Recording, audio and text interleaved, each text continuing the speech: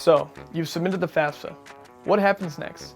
Let's break it down, and more importantly, let's talk about what happens right here at UW-Stout. Number 1. First, make sure UW-Stout is listed as one of your FAFSA schools. If we're not listed, we won't receive your information, and we can't create your financial aid package. Number 2, next, double check that the Social Security number or alien registration number on your FAFSA matches what you submitted your UW-Stout application. If they don't match, we won't be able to process your aid. Not sure what you have on file? Contact the admissions office to confirm. Number 3, once we receive your FAFSA, our financial aid office reviews your information and builds your award package.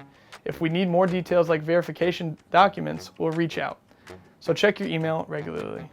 Number 4, after your information is processed, you receive your financial aid offer. This is when you can start comparing your options. Look at the total cost, but also look what's included in that cost.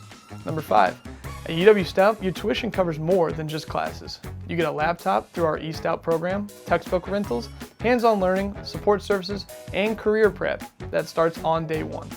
Number 6, not all financial aid offers are created equal. So when you're comparing schools, remember, it's not always apples to apples. Think about the value behind the numbers. Number 7, need help understanding your financial aid offer? Watch our video, Understanding Your Financial Aid Award, to learn how to estimate your total net cost and make the best decision for you. Submitting the FAFSA is just the beginning. At UW-Stout, we're here to support you every step of the way, all the way to graduation day.